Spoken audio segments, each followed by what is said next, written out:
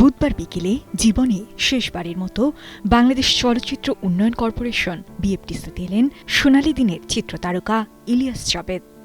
তবে এবার আর কোনো চরিত্রে নয়, ফিরে এলেন নিথর দেহে কাফনের চাদরে মোড়ানো এক নীরব শিল্পী হয়ে।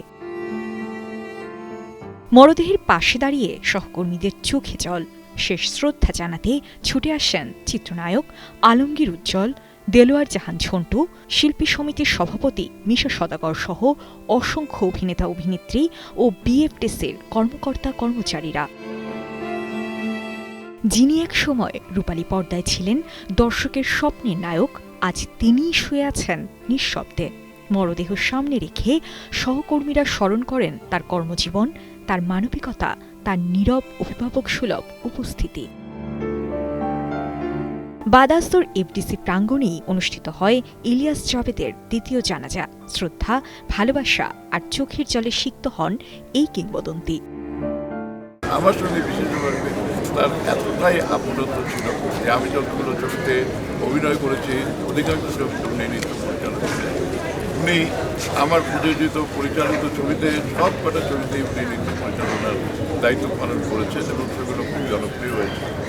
আমরা সবাই মিলে তাকে ইনশাল্লাহ দোয়া করব, যেটা আমার বড় ভাই বললেন যে আমরা সবাই মিলে এখন ওনার প্রয়োজন আমাদের সবাই দোয়া করা, যেভাবে হোক যে যেখান থেকে পারি স্মরণ করা, তাকে জাস্ট স্মরণ করা, জিকির করা, এটা সবচেয়ে গুরুত্বপূর্ণ বিষয়। টানা তৃতীয়বার অর্জন করেছে দেশের সেরা সুপার ব্র্যান্ড স্বীকৃতি বসুন্ধরা টিস্যু। জিজ্ঞেস করেছিলাম যে ভাই আপনি তো পাকিস্তানি মানুষ, আপনি পাকিস্তান চলে গেলেন না কেন? উনি বললেন না, আমি বাংলাদেশকে ভালোবাসি, আমি বাংলাদেশি। তো যিনি বাংলাদেশকে ভালোবেসে বাংলাদেশি বলে এই বাংলাদেশে রয়ে গেছেন, সেখানেই মৃত্যুবরণ করেছেন। আসলে ওনার এই জানাজাটা এবং ওনাকে মূল্যায়নটা আরও বেশি আমাদের করা উচিত ছিল আমি মনে করি। তো এমন একজন মানুষ, সে বিদায়, একটা নক্ষত্রের বিদায়, আমাদের চলচ্চিত্রের জন্য আরেকটা ধাক্কা। আমরা প্রতিনিয়ত ধাক্কা খেয়ে যাচ্ছি, জানি না এর থেকে উদ্ধার হবো আমরা কবে।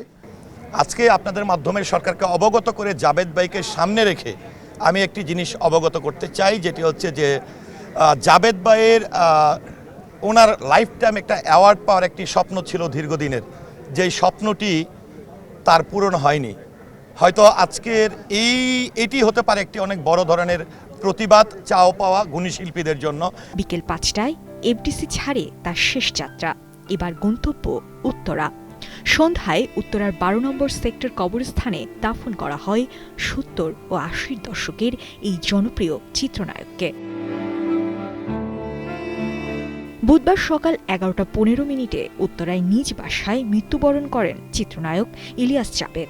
মৃত্যুকালে তার বয়স ছিল 82 বছর। 1964 সালে মুক্তি পাওয়া উর্দু ছবি নই জিন্দেগি দিয়ে নায়ক হিসেবে অভিষেক ইলিয়াস জাবেদের।